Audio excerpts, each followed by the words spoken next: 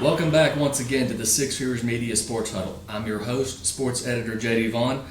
Pleased to be joined as always for Week 14, Jeff Birchfield, Andrew Smith, Brian Woodson. Episode 14 might be the most depressing one yet, unfortunately, and we'll get into why in just a moment. But right now, let's hear a word from our sponsor, Lazy J Farms Old Fashioned Butcher Shop. Lazy J Farms has been raising the finest cattle and all-natural pork for 3 generations on the family farm in Fall Branch. Their blonde Aquitaine herd offers a leaner, healthier, and more tasteful beef. And the butcher shop is local, farm to table, and 100% authentic. This is the way your grandfather shopped for me, with steaks cut to order, quality assured, and ready to ship to your door. Open Thursday through Saturday on Bloomingdale Road in Kingsport. Come see us. Well, guys, unless you're playing for Rye Cove or Greenville this week, the high school football season has come to a close in the Tri-Cities area.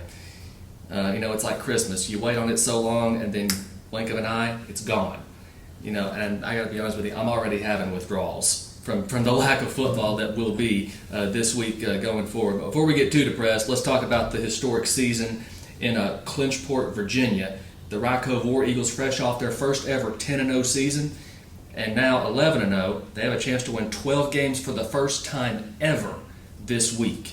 Now, Andrew, you were over there in Clinchport on Friday night. Rye Cove took care of Rural Retreat, Landon Lane, Carter Roach Hodge, doing Landon Lane, Carter Roach Hodge things. Yeah, it was the usual suspects for the War Eagles. Looked like we might have a dogfight early. Rural Retreat, second play from scrimmage, takes an end around off the left side, 50-yard touchdown, grabs the lead. All right, we might have a dogfight. Landon Lane throws an interception on Rye Cove's first possession. A little dicey, but ultimately the Rye Cove defense makes the adjustments they need to make. The Rye Cove offense finds its groove on the ground with Lane and Roach Hodge, and they rattle off 55 unanswered to cruise to a first-round win. Lane himself had 92 yards on the ground and 115 yards passing. He threw 3 passes, none of them hit the ground. That interception and 2 completions that were both touchdowns. So, very smart utilization of the passing game by Gary Collier and the Eagles.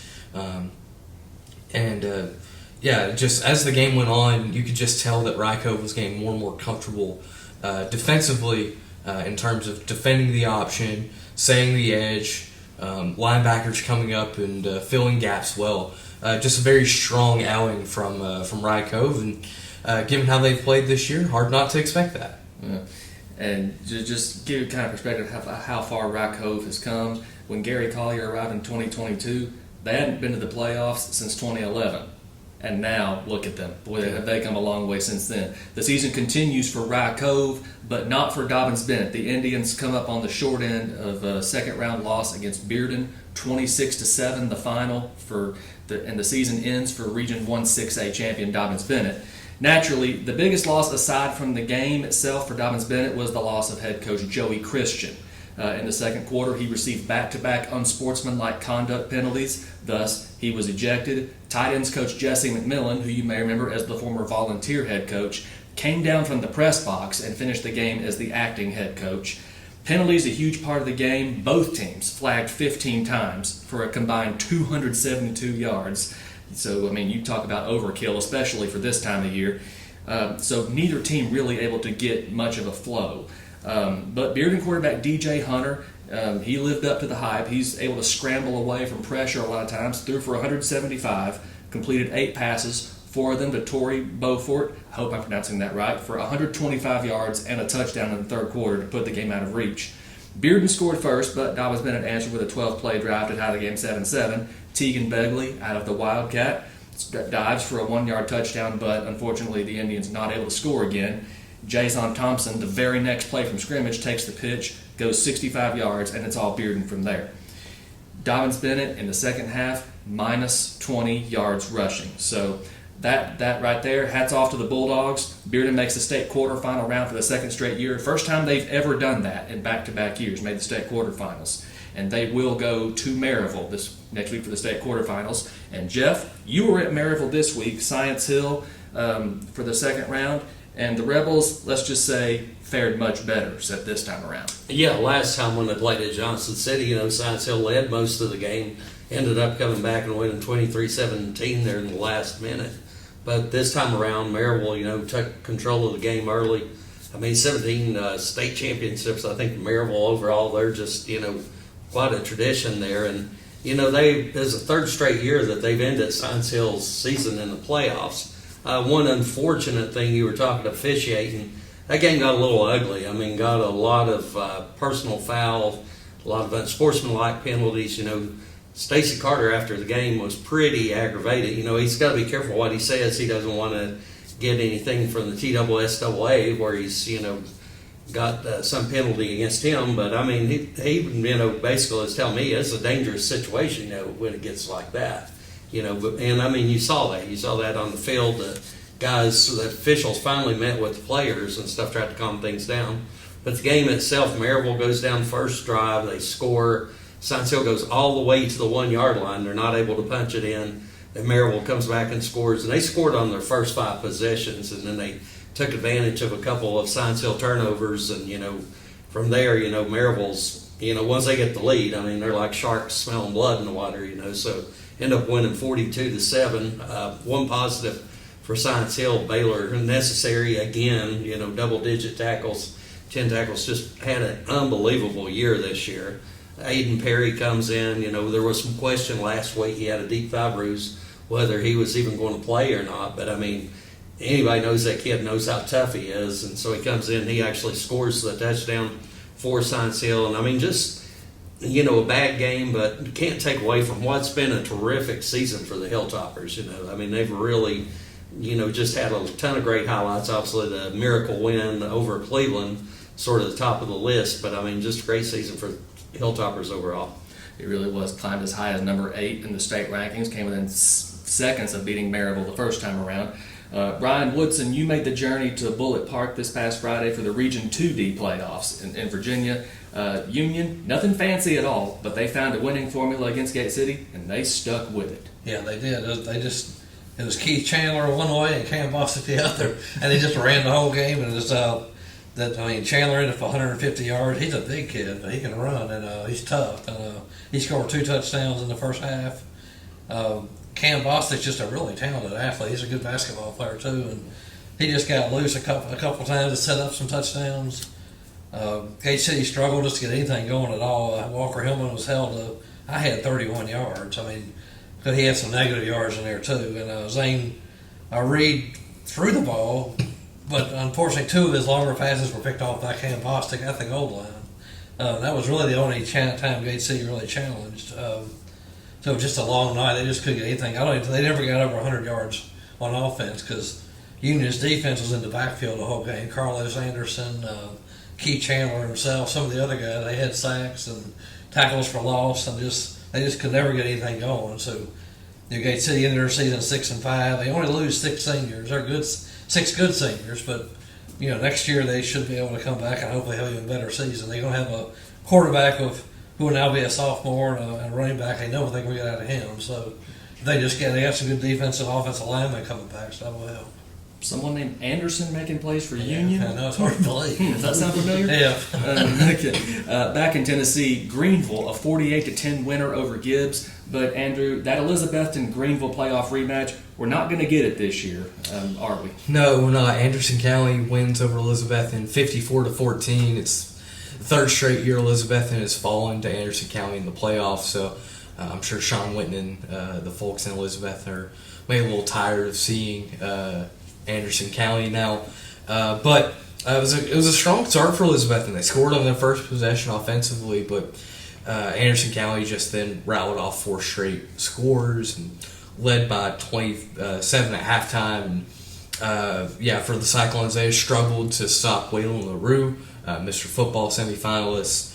278 all-purpose yards, 5 touchdowns, just kind of doing a little bit of everything there for the Mavericks. And they'll be taking on Greenville, who took care of Gibbs 48-10. A little dicey early, but Carson Quillen definitely helped settle things down there for the Green Devils. 305 yards on the ground, 5 touchdowns. I'd say that's pretty good. Caden Ball added 178 yards and a touchdown through the air. And, it was just another strong night there. A little slow start, but a strong night for Greenville. And as you mentioned, unfortunately, no rematch for Greenville and Elizabeth in this postseason. But we do get two Mr. Football semifinalists in the quarterfinals, Carson Quillen and Waylon LaRue. Boy, what a matchup that's going to be absolutely. in the quarterfinals at Anderson County this week.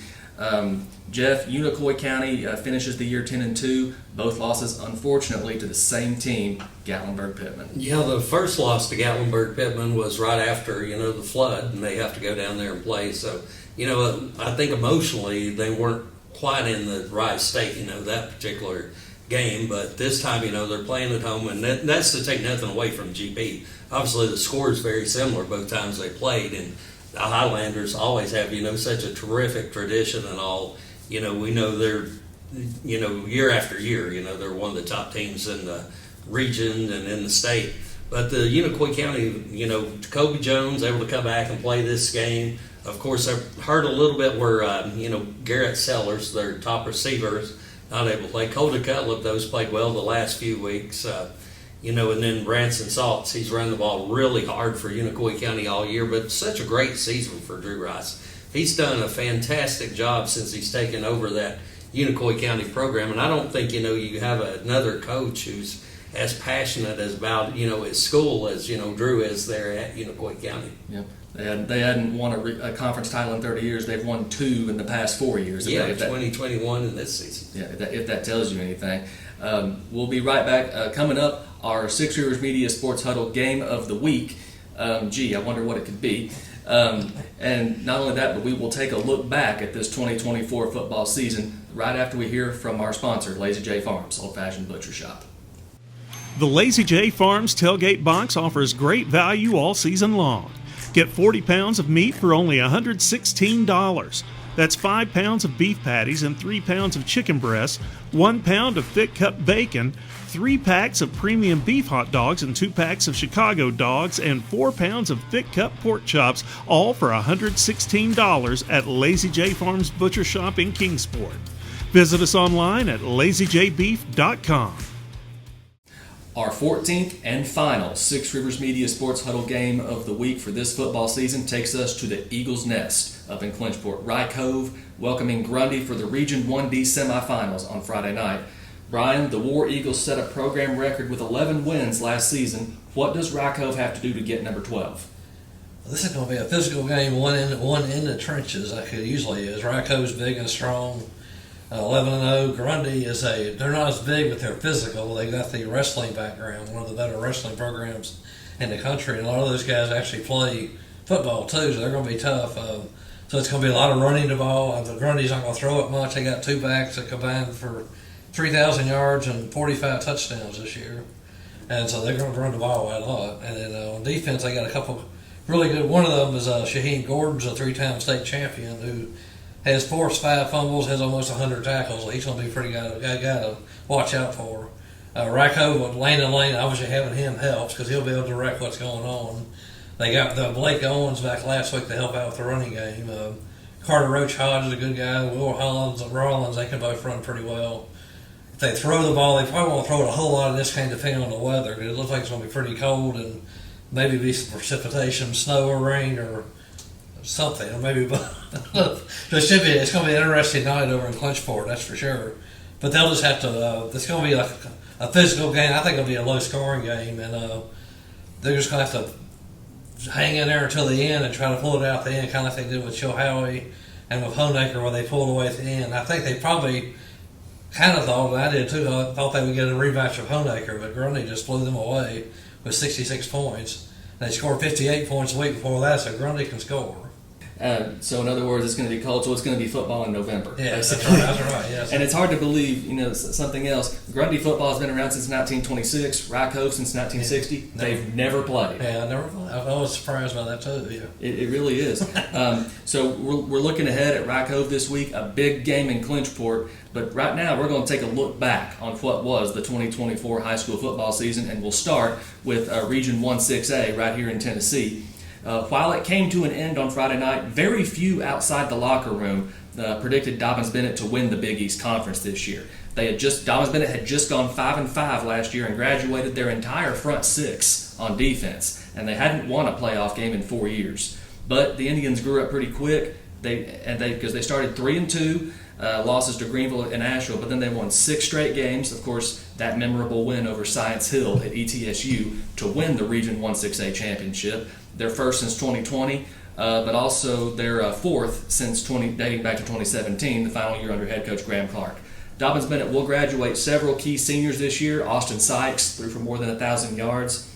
Several of his receivers are moving on, including tight end linebacker Peyton Franklin, Dylan Murray, and Rome Pruitt. 3-year starting center Will Ford, and their top 4 tacklers, Kosiah Steele, Gabe Marshall, Peyton Franklin, Devin Murdoch, all of them are graduating this year. But several key players like the Thomas brothers, Jalen, who was a junior this year, and Tyree, who of course is a sophomore this year, they're both coming back. Tegan Begley, the running back, and all of them are coming back next year. Science Hill, Jeff finishes the year 8-3, climbed as high as number 8, like we said in the state rankings. Both of their regular season losses were by 6 points. So, you think how close is Science Hill to going undefeated this year, man? Well, they were really close to undefeated. That first game with Maryville, they led most of that game. Maryville actually scores with 3 seconds left in the game after they stopped Science Hill, I think it's a 2:21 mark on a 4th and 1. So, they convert that, or they're able to stop, Maryville sometime during that drive. They win that game. Then you and I were both at the Dobbins Bennett Science Hill game. And Science Hill missed some scoring opportunities in that game and didn't really play their best game. You feel like if they did, and no disrespect at all to Dobbins Bennett, but you feel like Science Hill really had a team this year that was probably the best team in that league, But of course, you got to get it done on the field. Dobbins Bennett got it done that night. And 2 of the guys who helped Dobbins Bennett get it done are both coming back next year, Tyree and Jalen Thomas. What a game they had that night. The Hilltoppers, of course, graduating pretty much their entire passing game. Quarterback Spencer Taylor and their top 4 receivers, Stephen Famoyan, John Gitterwa, Zane Huff, and Corbin Lasher, all seniors this year. And, of course, their biggest loss, Mr. Do-It-All, Baylor Necessary. That said, 3 of the 4 horsemen will be back next year. At least they're scheduled to be back. Aiden Perry, Ian Mathis, Malik Anderson, exactly. All of them, 2 of them will be seniors, and Malik Anderson just a junior next fall. So Science Hill does have something to look forward to for 2025. Yeah, and Malik Anderson, I don't know how much he'll carry the ball because I think he'll take over a lot of the role that Necessary did, where he played linebacker and all, because he's a terrific player on the defensive side of the ball. If you look at their top tacklers, this year was Necessary. You had Fleeman, and then you had Anderson, after that. Yeah. Science Hill, of course, and they will get a quarterback who's not necessarily new next year, Cole Rasu, assuming things play out. Of course, obviously a long time between now and next fall. Someone else does have the time to win, but Cole Rasu, if it started tomorrow, he would probably be the guy. David Crockett, we saw a lot of growth from the Pioneers this fall. Not quite where they want to be as a program, but still a step ahead of where they were last year, going 3-7, missing the playoffs entirely. Started the year 4-1, got back into the playoffs. AJ Wynn and John Hall, both of them sophomores, really just took over in the David Crockett backfield this year. Zeke Sloan also coming back next year, scored a lot of touchdowns on the ground and made a lot of plays at linebacker. Naturally, their biggest loss is going to be LaMarcus Dunn, the senior wide receiver.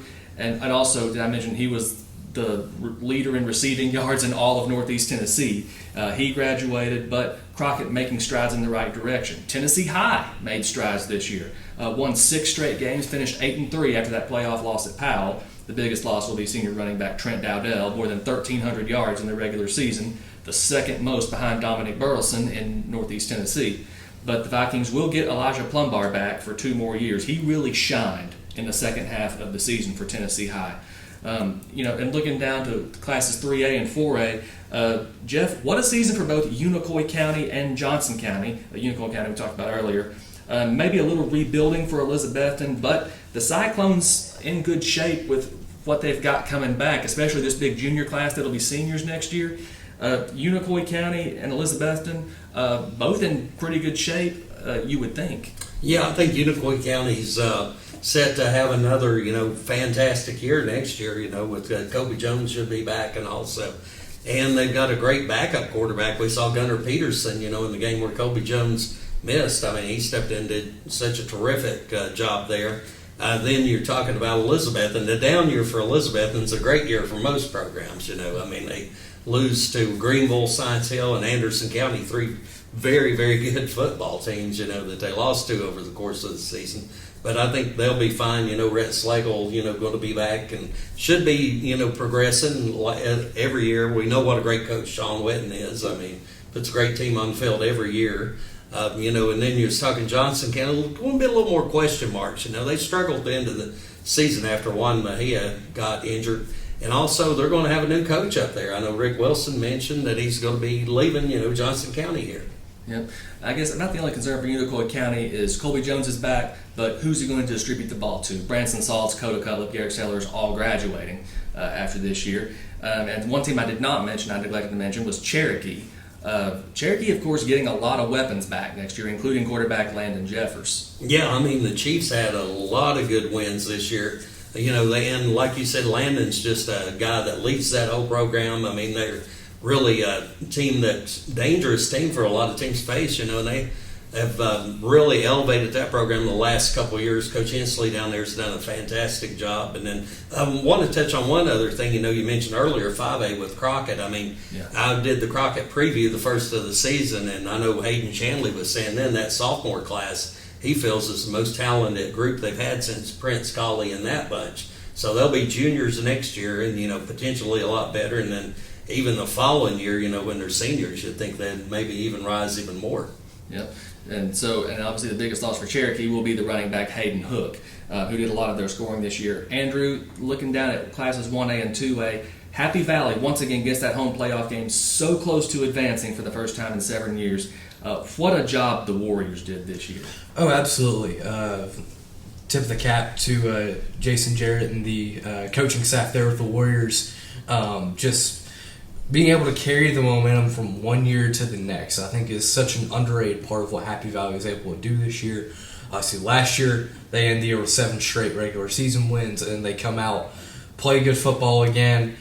Not really one key cog on the offense, but kind of a little bit of everybody taking their turn running the football. And my goodness, was their defense strong. I think that might be an understatement even. The Happy Valley Warrior defense wreaked so much havoc throughout the course of the whole year. I got to see it against Unaka, a couple defensive scores in that game. Just overall, the job that Coach Jarrett has done there at Happy Valley, getting another home playoff game. You know that they are on the verge of making a run in the postseason now. Tip the cap to Happy Valley on another strong regular season. Yeah, and then when you talk about teams like Hampton and Cloudland, you talk about communities who were devastated by Hurricane Helene. But just both of those teams, they just would not stop fighting. No, they wouldn't. And obviously, once Helene hit, it felt like football kind of became secondary to those schools. Obviously, especially with Hampton needing to relocate the school itself or the students in the school for the remainder of the year. Had tips to Michael Lunsford at Hampton as well as Zach Benfield at Cloudland, really being able to keep their guys bought in. Obviously, it wasn't the end of the season that they had hoped for. Both teams, especially having to go on the road. We haven't seen Cloudland do that in a decade in the postseason. But overall, you mentioned it, teams that kept fighting, they kept trying to grind away at it, and you would think that they'll be better off for it down the road.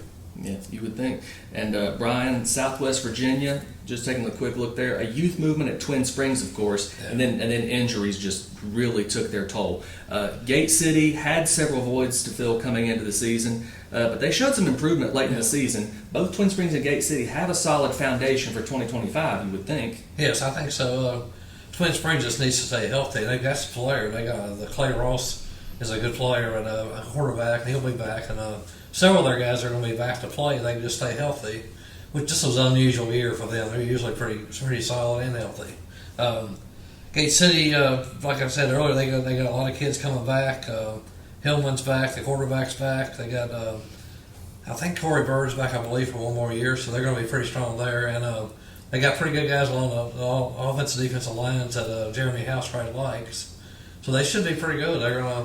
They're playing a tough league. They always play a tough schedule. They just have to, that's part of the game. You got to go play the schedule that you have and to try to just get better each week and hopefully peak at the right time in the playoffs. Yeah, and some guy who had to step in at Twin Springs because of injuries, Bryce Parks, a freshman who really shined late in the season. Yeah, he did. He played really well. Brendan Waddle stepped in at quarterback after he'd already played receiver and running back during the season.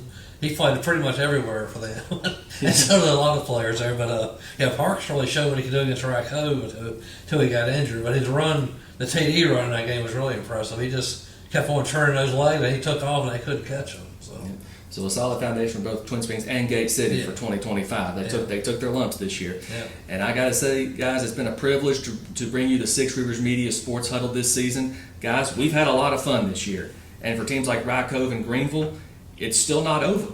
So be sure to grab a copy of the Six Rivers Media Basketball tab, which is coming out, hits the stands later this week. Otherwise, that's going to wrap it up for the 2024 edition of the Six Rivers Media Sports Huddle. For Jeff Birchfield, Andrew Smith, and Brian Woodson, I'm JD Vaughn. Thank you so much for joining us this year. Lazy J Farms has been raising the finest cattle in all-natural pork for 3 generations. Our blonde Aquitaine herd offers a leaner, healthier, and more tasteful beef that ships from our store directly to your freezer. This is the way your grandfather shot for meat, only now we wrap it, seal it, and send it right to your door. We have plenty of options to pick from, and they're all fresh and natural. Just visit our website at lazyjbeef.com and choose your package. We'll get it straight to you.